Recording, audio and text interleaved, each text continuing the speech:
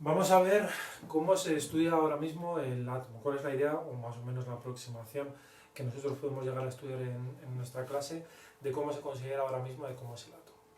Voy a repasar un poco el modelo anterior, que es el modelo de Bohr, que muchas de esas cosas que ya se habían descubierto, pues se han mantenido porque evidentemente se descubrieron bien y no han cambiado los átomos desde cuando se descubrieron, ¿vale?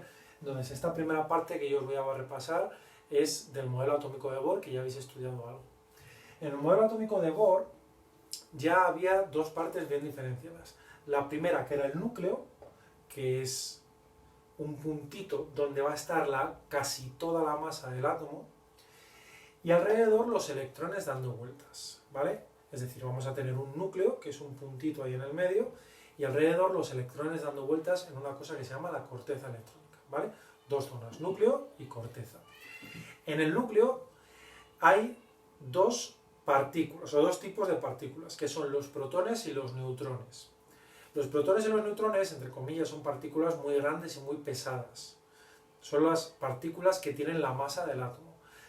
Fijaos, todo lo grande que es el átomo, entre comillas, todo lo grande que es el átomo, si nosotros lo pusiéramos en una balanza, lo único que pesaría sería el núcleo, ¿vale? Porque los electrones, que son los que están dando vueltas alrededor, casi no tienen masa.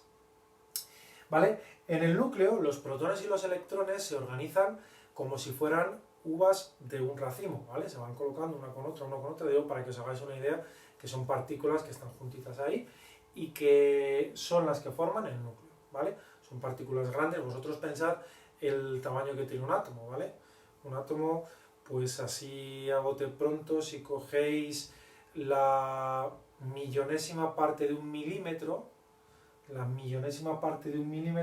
pues 10 veces más pequeño sería el radio de un átomo, ¿vale? La 10 millonésima parte de un milímetro sería el radio aproximado de un átomo. Entonces os estaba contando que en el núcleo están los protones y los neutrones y que alrededor están en la corteza los electrones, ¿vale? Bohr, en su modelo atómico, ya dijo una cosa que no se había dicho anteriormente, que era que los electrones no se movían alrededor del núcleo como le daba la gana, sino que se movían por unas órbitas determinadas, ¿vale? Como si fueran, entre comillas, los planetas, y esto fuese el Sol y fuesen por un camino determinado. Quiere decir que los electrones no se pueden mover por aquí, no se pueden mover por aquí libremente, ¿vale? Yo les podría forzar, pero no se pueden mover por ahí como les dé la gana, sino que tienen que seguir su caminito establecido, ¿vale? Entonces, Bohr se partió la cabeza y dijo, ¿y cómo le llamamos a cada uno de estos caminos? Pues les puso el camino 1, el que está más cerca del núcleo, el camino 2, el que está después, el 3, el 4, el 5, ¿vale? Y así pues hasta los 7, 8, fijaos, hasta los 7. Ya os diré en otro vídeo, que tengo ahí una tabla periódica ahí abajo, porque eso de que hasta el nivel 7, hasta el séptimo nivel, ¿vale? Y entonces, sobre todo lo que avanzó Bohr fue en el estudio de cómo se organizaban los electrones en la corteza, ¿vale? Se organizan en capas como una cebolla. Yo tengo el núcleo en el medio y una capa, otra capa después, otra capa después, otra capa después. Así es como se organizaban los electrones en el núcleo, perdón, en el átomo, alrededor del núcleo. Y también Bohr fue capaz de estudiar o de descubrir qué capacidad había de electrones en cada una de esas capas. Quiere decir que si nosotros tenemos, por ejemplo, la capa 1 por estar más cerca del núcleo es más pequeña. Si están ahí los electrones dando vueltas por esa capa, ¿vale? Imaginaos, pues eso, la capa de una cebolla y hay electrones dando vueltas. Al ser más pequeña que la que va a venir después, el número de electrones que cabían también era más pequeño. Y descubrió una fórmula que era 2n al cuadrado, esta fórmula de aquí. Bohr descubrió la fórmula que era 2n al cuadrado, que me dice la capacidad de una capa. ¿Qué significa eso? Que si yo estoy, por ejemplo, en la primera capa, que es esta de aquí, como yo la había llamado la capa número 1, la capacidad, el número de electrones que cabía era 1 al cuadrado, 1, por 2, 2. Caben 2 electrones. En la capa 2, que es la segunda, 2 al cuadrado, 4, por 2, caben 8 electrones. Y ojo que estoy hablando de capacidad, no quiere decir que esté llena, sino es el número que cabe, el número de electrones que cabría. En la 3, pues sería 3 al cuadrado 9, por 2 18, y en la 4 16 por 2, 32, ¿vale? Capacidad. Yo podría cogerlo al 5, 6, ¿vale? Hay un montón de capas, hasta 7, y si seguimos estudiando los átomos y no sé qué, pues se descubrirán más y más grandes. Bien, vamos a meternos en una cosa que se ha ido descubriendo más tarde después de Bohr, y que ya va a ser parte de lo que es ya propiamente el átomo como nosotros lo entendemos.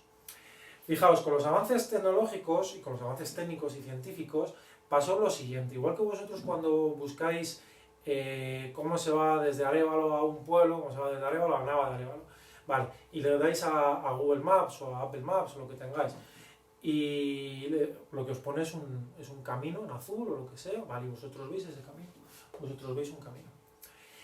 Pero con los avances técnicos, eso era lo que pasaba, por ejemplo, en los mapas antiguamente, os pone una línea y ya está.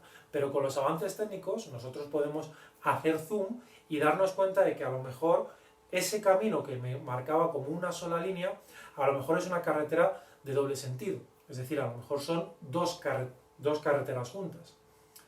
O a lo mejor es una carretera que tiene un carril de aceleración. Entonces, yo me doy cuenta que tiene 3 carriles, ¿vale? Pues eso es lo que pasaba de verdad en el átomo, que nosotros al ampliar, entre comillas eso de ampliar, lo que le pasaba a cada uno de estos niveles, resultó que eran varios niveles juntos. Entre comillas esos varios niveles se les llamó subniveles, ¿vale?